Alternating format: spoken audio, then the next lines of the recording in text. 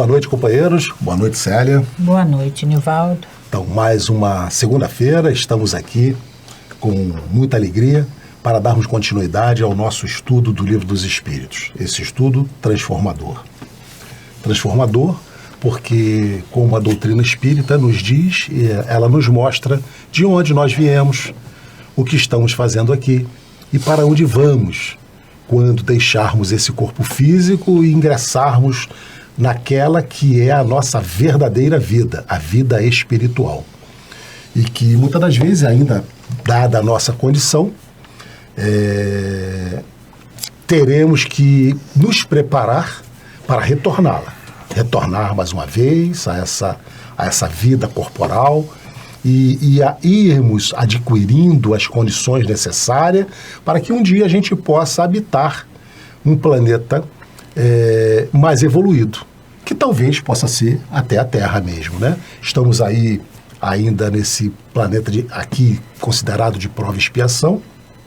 Sabemos que estamos rumo a esse tão falado planeta de regeneração, que não vemos a hora de chegarmos, mas não adianta ficarmos simplesmente torcendo para que esse planeta de regeneração chegue mais rápido, porque nós temos que ter um entendimento, e aqui a gente fala sobre isso, que essa transformação de prova e expiação para a regeneração tem que acontecer dentro de nós. O planeta é só a nossa casa. Essa transformação é dos seres que aqui os habitam. Então, que a gente possa ter essa conscientização, né, Célia, para que a gente possa começar a trilhar, fazer a nossa caminhada, subir os nossos degrauzinhos necessários para que a gente possa ir nos transformando. E esse estudo, como sempre falamos, ele faz toda a diferença. Você, Nivaldo, você falou da casa, da nossa casa, esse planeta, esse orbe. Uhum. Simplesmente a nossa moradia temporária. Aí nós podemos fazer um paralelo com a nossa casa material. A nossa casa, a pintura das paredes está assim bem rota, bem sujinha.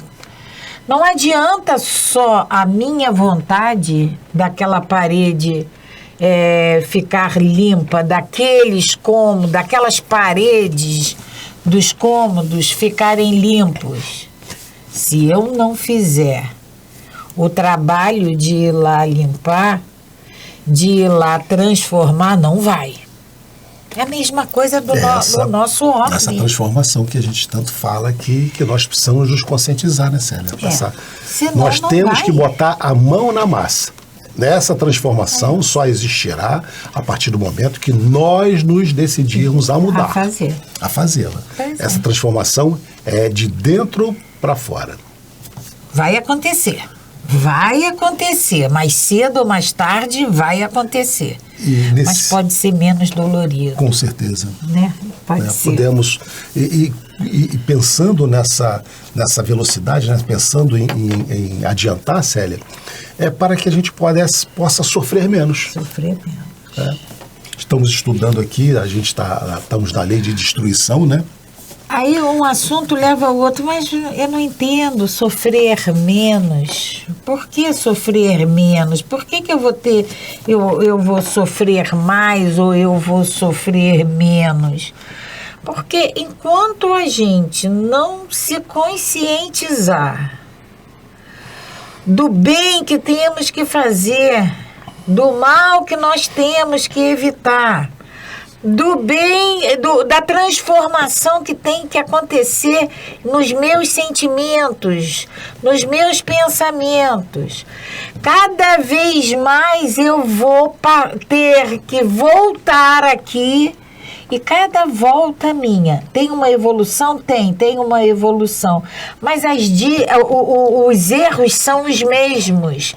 Então eles vão se agravando, até que chega uma hora que eu resolvo ceder. E aí eu faço. Você dá o salto. Você dá o salto. Então, Célia, vamos fazer a nossa prece inicial.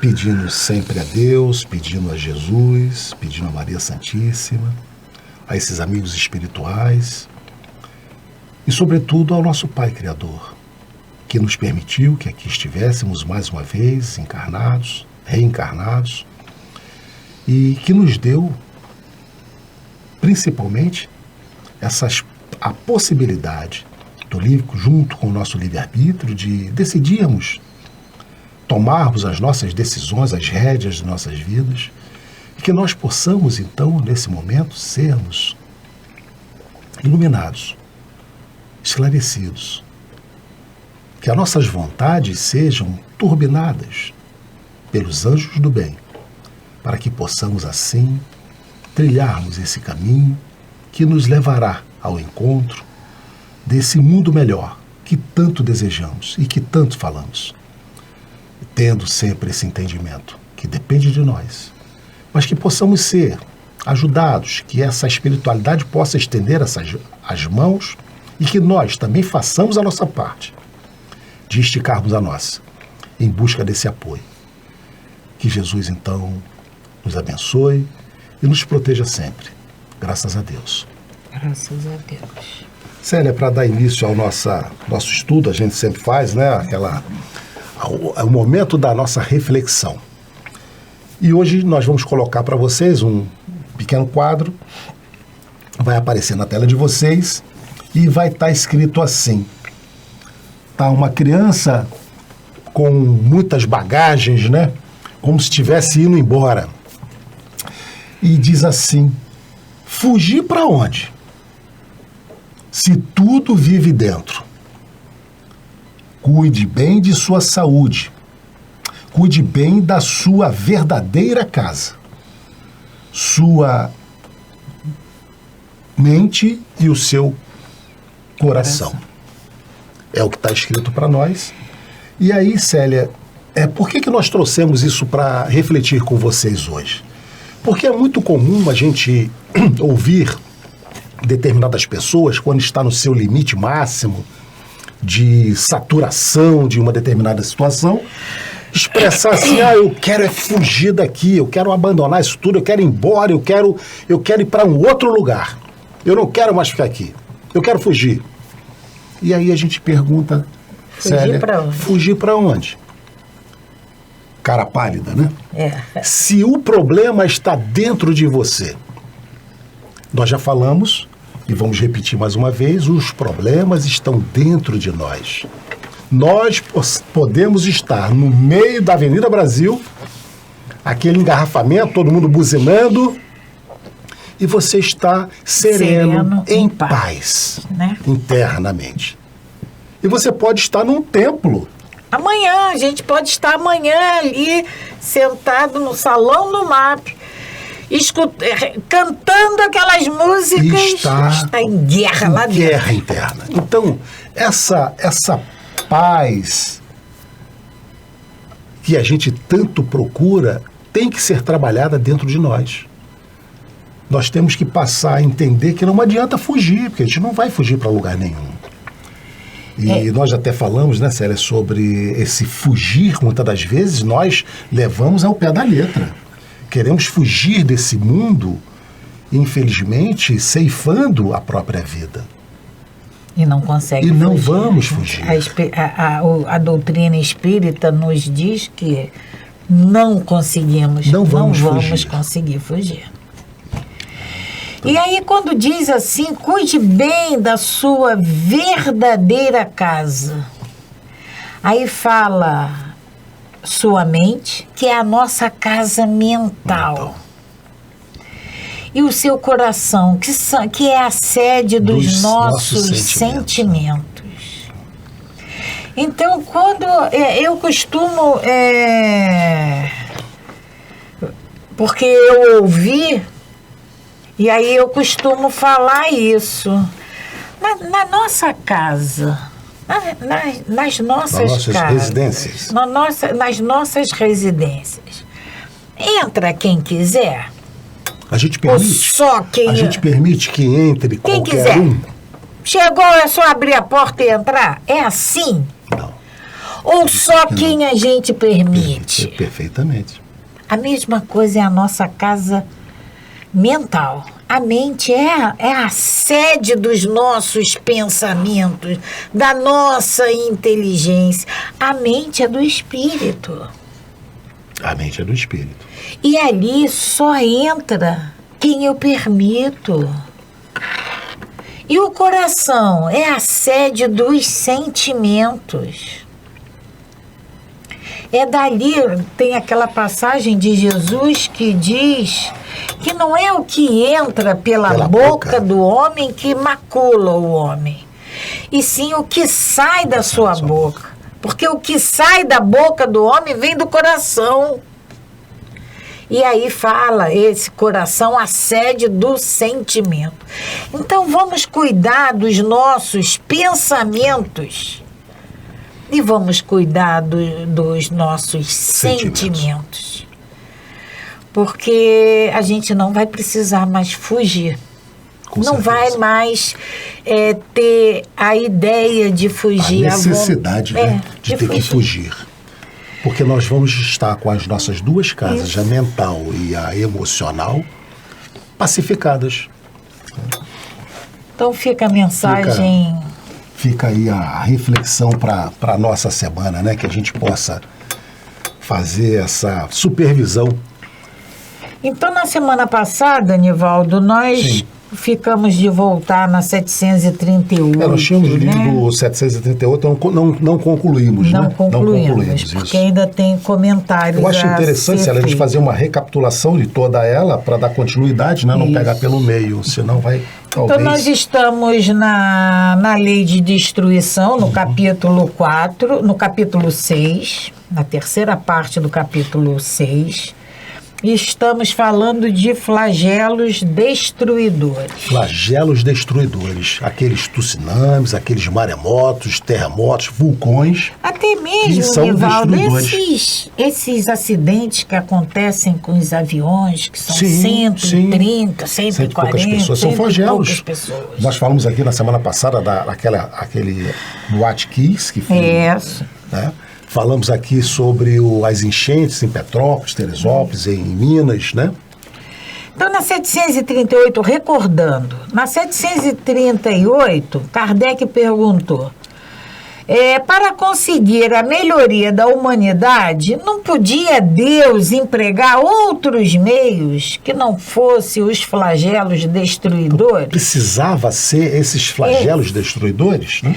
A gente bem sabe que ele pode tudo, né? O nosso Pai pode tudo. Mas Kardec está perguntando se não podia ser de outra forma. Já que ele nos ama tanto, não podia ser de uma outra maneira, menos sofrimento, sei lá.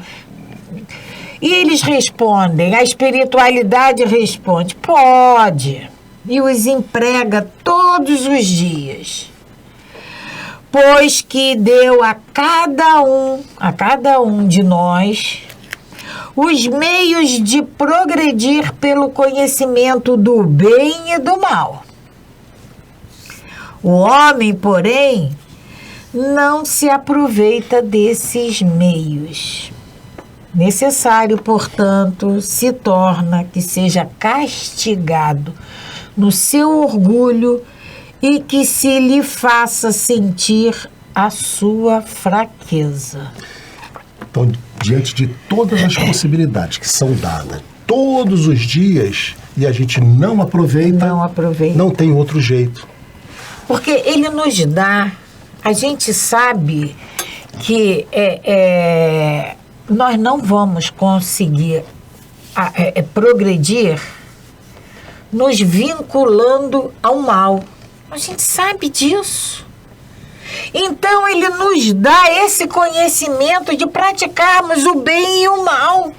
E a gente faz a opção do mal, porque é mais cômodo para a gente.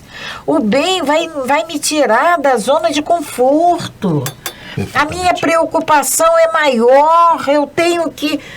Então, é melhor, esqueço meu irmão e... Então, ele nos dá esse conhecimento de praticar o bem ou o mal. E aí nós não aproveitamos esses meios que ele nos dá. Então ele precisa De certa forma, nos chamar a atenção. no orgulho e mostrar pra gente, tu é fraco. Nós precisamos entender a nossa fraqueza. Quando muitas das vezes a gente se acha. É verdade. Eu posso tudo. Não, eu não posso nada. Essa fraqueza, esse não reconhecimento dessa fraqueza, ele exalta o meu orgulho. Porque se eu acho que eu posso tudo, isso aí é ou não é uma demonstração de orgulho? De orgulho. Soberba, né? Então, aí é como a espiritualidade nos diz, necessário, portanto, se torna que seja castigado no seu orgulho e que se lhe faça sentir a sua fraqueza. Tudo isso são métodos pedagógicos que Deus utiliza para conosco. Não é castigo, não. Não é castigo. São métodos pedagógicos que Ele utiliza para nos preparar, nos corrigir, nos colocar na linha. Aí na 738A, Kardec pergunta, mas nesses flagelos destruidores, tanto sucumbe, tanto vai o homem de bem como o perverso. Será justo isso? Porque que o perverso vá, a gente até entende. Né? Mas e o justo? E o bom? Aí Kardec está perguntando, é justo isso? A gente sabe que o nosso pai, se ele não tivesse se ele não fosse justo, se ele não tivesse essa característica de ser extremamente justo, já não seria Deus. Então, justiça e Deus são sinônimos. Aí Kardec pergunta, será justo isso? Que sucumbe nesses flagelos, tanto sucumbe o homem de bem como o perverso? E aí a espiritualidade vai fazer uma explanação geral e depois ele vai nos colocar dentro dessa pergunta de Kardec. E eles nos dizem, durante a vida, o homem tudo refere ao seu corpo. Tudo em nós gira em torno da materialidade. A grande importância para nós é o nosso corpo. São as coisas materiais. Entretanto, de maneira diversa, pensa depois da morte. Porque aí tudo se esclarece. Muda o pensamento. Aí a gente vê o que é verdadeiro, o que não é verdadeiro. A gente vai ver que a nossa mão está assim, sempre aberta, com os dedos afastados um do outro, que escorre tudo por aqui, a materialidade toda escorre. Ora, conforme temos dito, a vida do corpo bem pouca coisa é. Porque a pergunta de Kardec era que morria o culpado, mas o inocente também. Eles estão nos dizendo que a vida do corpo bem pouca coisa não interessa muito à espiritualidade. Porque o que importa é o espírito. E a gente valoriza muito o nosso corpo físico, o material. Ora, conforme temos dito, a vida do corpo bem pouca coisa é. Um século no vosso mundo não passa de um relâmpago na eternidade. Um século, 100 anos. 100 anos. E quando a gente conhece uma pessoa que tenha vivido 100 anos, a gente fala, mas não passa de um relâmpago, aquele rasgo de luz no céu. Um século no vosso mundo não passa de um relâmpago na eternidade. Logo, nada são os sofrimentos de alguns dias ou de alguns meses, de que tanto vos queixais. Aí, Nivaldo, eu lembro da nossa mensagem, que a gente só reclama.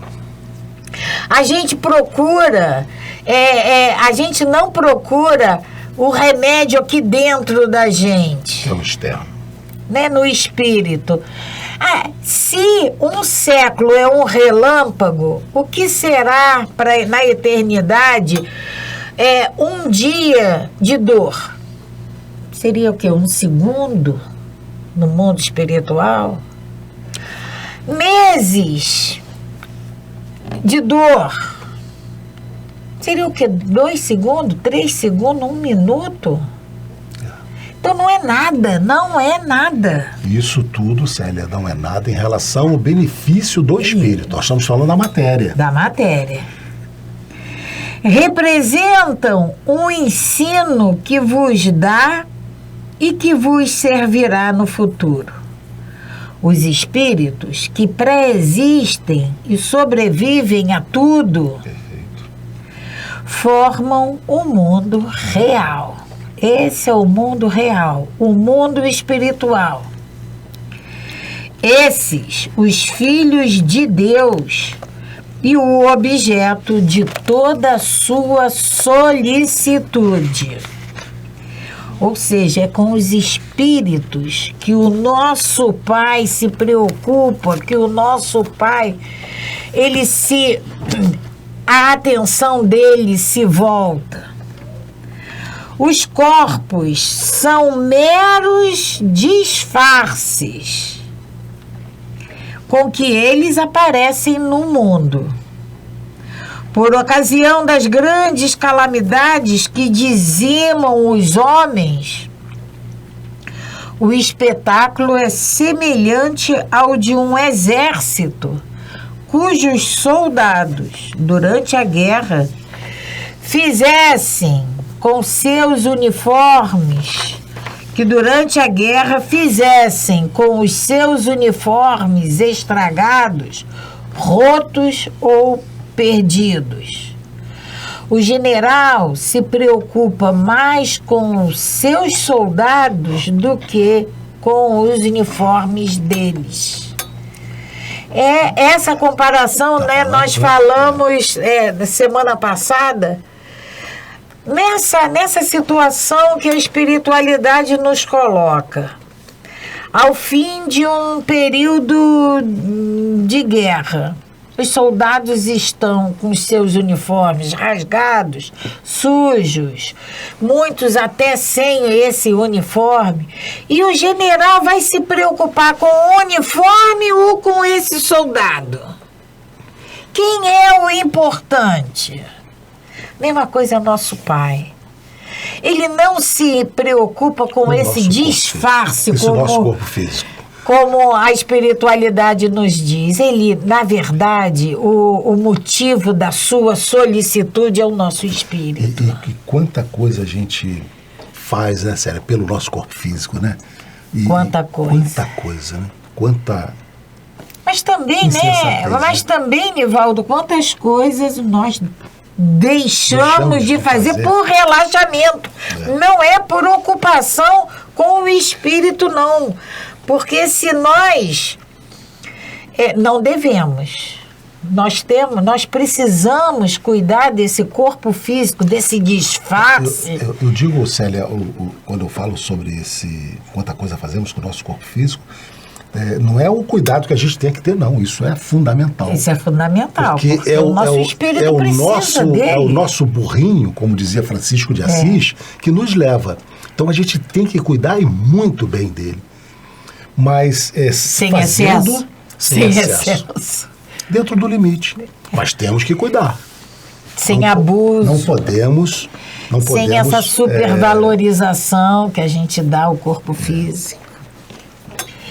E aí, na 738, tem a letra B. E Kardec pergunta: mas nem por isso as vítimas desse flagelo deixam de o ser. E aí vamos lembrar o que você falou semana passada. Não existe vítima. Não existe vítima inocente. Não tem vítima inocente. Não existe bala perdida. Não existe aconteceu, puxa vida, morreu por acaso.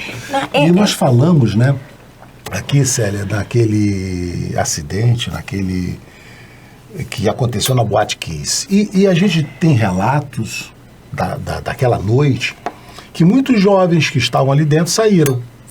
Muitos que não estavam foram. Então, não existe o acaso. A gente sabe disso, né? O acaso não existe. Então, como eles nos dizem aqui, Célia, eles nos garantem, né? Não tem vítima inocente. E aí, com essa pergunta, mas nem por isso as vítimas desse flagelo deixam de o ser. Aí a espiritualidade nos chama a atenção.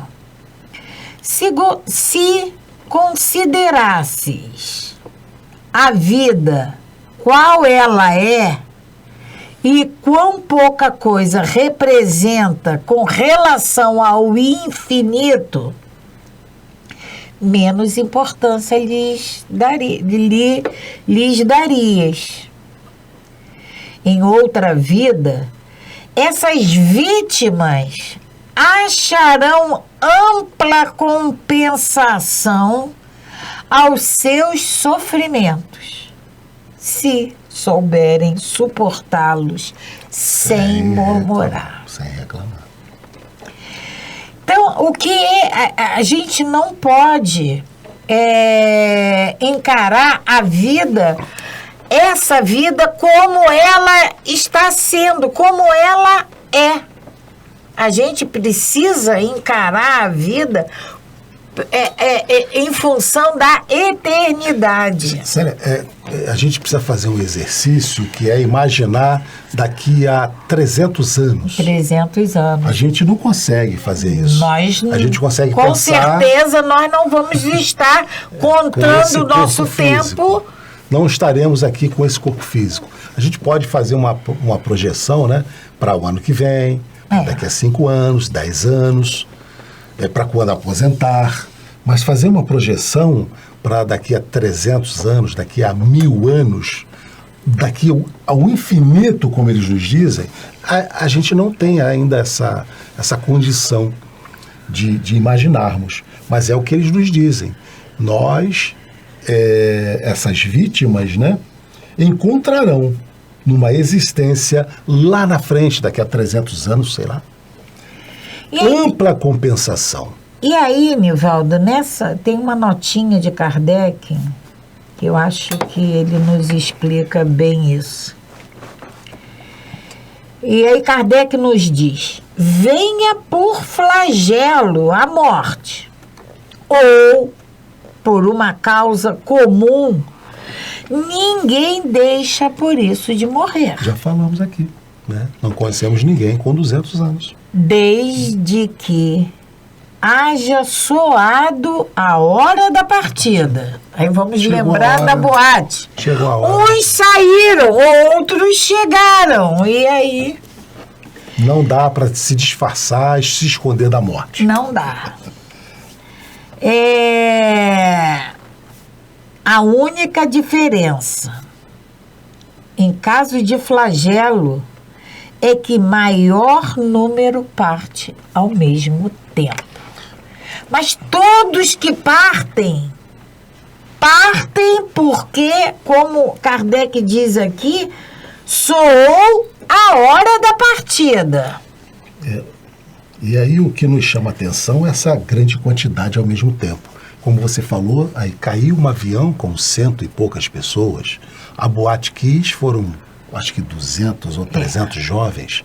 O tsunami, que foi aproximadamente em 2004, Célia, eu fui lá pesquisar, 230 mil pessoas. 230 E a gente, mil. isso claro que nos impressiona. É. Agora a gente precisa relativizar esses números. Nós já trouxemos aqui, e eu também fui lá pesquisar, para que a gente possa ter ideia de quantas pessoas morrem no orbe todos os dias. Aproximadamente 200 mil pessoas. Todos os dias morrem aproximadamente 200 mil pessoas. Então, é claro que como essas mortes são mortes Pulverizadas, pulverizadas, a gente não tem, os números existem, mas não nos chocam. É evidente que uma morte de 230 mil pessoas num mesmo evento, numa mesma catástrofe, vai nos chamar atenção, assim como um Brumadinho, né, que destruiu tantas vidas e tantas... Mas a gente precisa ter isso, como Kardec fala, desde que seja soado a hora da partida, Não tem jeito. Não tem jeito. E a partir de agora a gente tem exatamente essa certeza, né, Célia, de que a destruição é uma lei da natureza. É preciso que tudo se destrua para renascer e regenerar. Então, não há nenhum absurdo nas destruições. E aí continua Kardec. Se pelo pensamento pudéssemos elevar-nos de maneira a dominar a humanidade e abrangê-la em seu conjunto, esses terríveis flagelos não passariam mais do que passageiras tempestades no destino do mundo. Então, isso que a gente considera aqui como flagelo, como uma coisa, por exemplo, o tsunami, a gente considera que foi uma coisa absurda. Uma onda muito grande, uma avalanche de água. Se nós pudéssemos, se nós tivéssemos essa condição de dominar essa humanidade, esse fato, olhando de cima, nós veríamos que isso aí é só uma tempestadezinha. Mas agora, aqui, nesse momento, aos nossos olhos, aos nossos sentidos, vivendo esse momento atual, é uma coisa enorme, é uma coisa... É uma catástrofe, né, para É nós. uma catástrofe. Então, é tudo a maneira como a gente tem essa percepção. Essa possibilidade de esse entendimento. 739. Kardec pergunta: os flagelos destruidores têm uma utilidade do ponto de vista físico, apesar dos males que ocasionam? Então, a gente já viu que do ponto de vista espiritual, sim. Mas e do ponto de vista físico? Há uma como ele pergunta aqui, né? Uma utilidade? Há uma utilidade? E eles vão nos responder, sim. Algumas vezes, eles mudam as condições de uma região, mas o bem que deles resulta, frequentemente, só as gerações futuras o sentem. Então, como nós, né, Célia, sempre somos imediatistas, e nós, como falamos aqui, fazemos os nossos planos para essa vida, para essa encarnação, a gente não tem essa dimensão desse entendimento. De que aquele tsunami que matou 230 mil pessoas, ele vai trazer um benefício para aquela região, que vai ser percebido nas próximas gerações, das próximas encarnações. Naquele momento ali é só destruição. Só destruição. Só destruição. Mas tudo será reerguido, refeito, regenerado. E as próximas gerações encarnadas irão. E eles nos responderam, Kardec pergunta isso, eles nos responderam isso lá em 1867. Então, encaixa exatamente no que nós estamos vivendo. Nesses dias, com essas catástrofes que a gente tem aqui, né? Como já falamos aqui em Petrópolis, e falamos em Minas, falamos na Boate Kiss e outras tantas. A 740. Não são os flagelos igualmente provas morais para o homem por porem-no abraços com as mais aflitivas necessidades?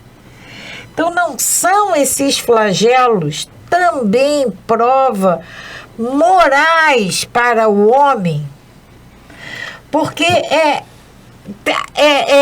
desperta em cada um de nós necessidades que vão nos afligir. Por que está falando em prova? Nós estamos no mundo de provas e expiações. Então, será que esses flagelos são provas? Kardec está perguntando. Não iria acontecer à toa, né? Os flagelos são provas que dão ao homem ocasião de exercitar a sua inteligência, de demonstrar sua paciência e resignação ante a vontade de Deus. Então, os flagelos são provas que dão ao homem ocasião de exercitar sua inteligência, de demonstrar sua paciência e resignação ante a vontade de Deus. Então, Célia, inteligência. Vamos pensar aqui nos nossos desmoronamentos das encostas. O que foi criado? As sirenes, os sensores, para que ao menor deslocamento de terra soasse uma sirene comunicando. O escoramento. Foram criados dispositivos submarinos para que detectassem aquela grande movimentação que aconteceu lá no tsunami. Então, quando a espiritualidade lá em 1800 nos diz que isso vai fazer com que o homem tenha a oportunidade de exercitar a sua inteligência, e a gente hoje comprova isso. Eles nos dizem também, Célia, da paciência. Da paciência. Que é o que a gente precisa colocar em prática, em estudo sempre. Né? E a paciência e a resignação. Esse entendimento, essa aceitação daquilo que a gente não pode modificar. Então, os flagelos são provas que dão ao homem ocasião de exercitar sua inteligência, de demonstrar sua paciência e resignação ante a vontade de Deus, e que lhe oferecem ensejo de manifestar seus sentimentos de abnegação, de desinteresse e de amor ao próximo. Se o não domina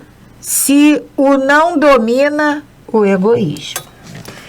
Se esse egoísmo não dominar os nossos sentimentos, nós vamos ter essa oportunidade de trabalharmos, de manifestarmos nossos sentimentos de abnegação e amor ao próximo, desinteresse e amor ao próximo. O que a gente viu nessas grandes catástrofes, Célia? Não é aí que a gente se mobiliza?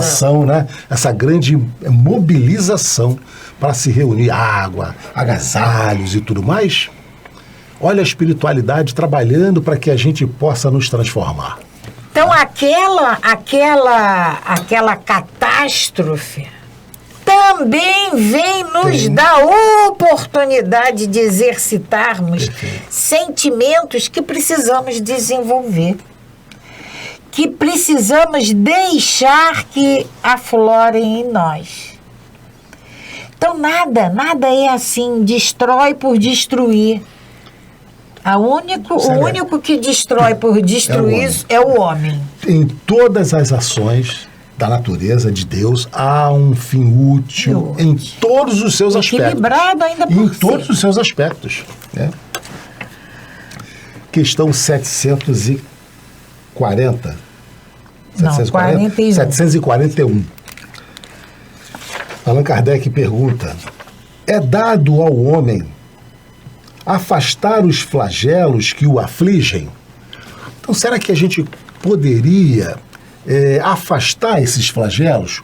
Acidente aéreo, Brumadinho, lá o tsunami, os desmoronamentos. Será que é dado ao homem essa possibilidade de afastar? E eles vão nos responder: sim, em parte. Em parte. Ora só, se a gente avaliar com relação a o desmoronamento dessas encostas, é dado ao homem? Sim. Seria necessário a ação do próprio homem, no sentido de não... aquela ocupação desordenada, né? E fora de todos os padrões. Não aconteceria. E outros mais. Brumadinho, se houvesse toda uma preocupação, todo um trabalho de inteligência... Preocupado com o ser humano... Com o ser humano, com o meio ambiente. O meio ambiente. Então, quando eles nos dizem que sim, em parte, é porque eles sabem que muitas das coisas é negligência do homem. Mas ele vem lá, né? Mas, porém, não como geralmente o entendem. Muitos flagelos são a consequência de sua imprevidência. É o que nós estamos falando. Né? A imprevidência do homem. Nossa imprevidência. Muitas. Brumadinho, você falou. Isso. Né? À medida que ele adquire conhecimentos e experiência, pode evitá-los. Isto é, preveni-los, se souber pesquisar-lhes as causas. Então, em cima dos acontecidos, né, Célia, o homem, evidentemente, ele precisa traçar novas medidas de segurança para que não deixe que aconteça novamente. Porém, entre os males que afligem a humanidade, há os de caráter geral. Então, são aqueles que não têm, o homem não vai ter acesso de impedi-los. Ele vai acontecer. Há os de caráter geral, que estão nos decretos da providência e dos quais cada indivíduo recebe, mais ou menos, o contragolpe. A esses, o homem só pode opor a resignação à vontade de Deus. Então, a essas tragédias, né, a esses que não tem como evitar, nós temos que aceitar, nos resignarmos à vontade de Deus. Esses mesmos males ainda são frequentemente agravados pela sua negligência. Ou seja, teria que acontecer, iria acontecer de qualquer maneira. Não tinha como não acontecer. Junto a esse flagelo ainda tem a nossa negligência para agravar. Agrava mais ainda. Então era para, por exemplo, o Brumadinho, teria que acontecer, vamos imaginar, mas era para acontecer num grau de destruição. E foi muito maior. Por quê? Negligência do homem. Né? Nivaldo, nós já estamos na nossa hora mais uma vez. Já estamos na hora? Tem certeza? Tenho. Então nós vamos ter que encerrar aqui na 741. Ficou faltando Fica faltando, então, a nota de Kardec, Célia. Nota de Kardec. Eu perdi a hora dessa vez. Mas aí a gente volta lá Voltamos aqui a 741, a gente fala rapidamente sobre ela e vamos para a nota de Kardec. E aí a gente já vai para guerras, né, Célia? Vamos fechar esse tema aqui dos flagelos destruidores, vamos entrar em guerra. Perfeito. Então vamos fazer a nossa prece, encerrando mais esse encontro de estudo, agradecendo, Pai, por mais essa oportunidade, agradecendo por todos esses ensinamentos, por todos esses entendimentos que vamos adquirindo, agradecendo ao nosso Mestre Jesus por todo esse empenho, por todo esse carinho, por toda essa dedicação que tem por todos nós. Obrigada, irmão querido, obrigada a toda essa espiritualidade que nos assiste, mas acima de tudo, obrigada, Pai, pelo dom da vida que Tu nos deste. Obrigada, Pai, por essa oportunidade de estarmos aqui mais uma vez reencarnado. Agradecendo a todos esses irmãos a quem levamos essas palavras, a quem levamos essas perguntas e essas respostas. Agradecemos pela oportunidade de mais uma vez lhe podermos ajudar. E, Mestre Jesus, te pedimos que nos ilumine, que nos ajude nessa caminhada, que possamos, Mestre, cada vez mais procurar esses ensinamentos e te pedimos que nos ajude a assimilá-los, a senti-los e trazê-los para o nosso dia a dia, ainda nessa encarnação. Esteja conosco, Mestre, que assim seja, graças a Deus. Graças a Deus. Paz e bem, paz e luz. Paz, muita paz.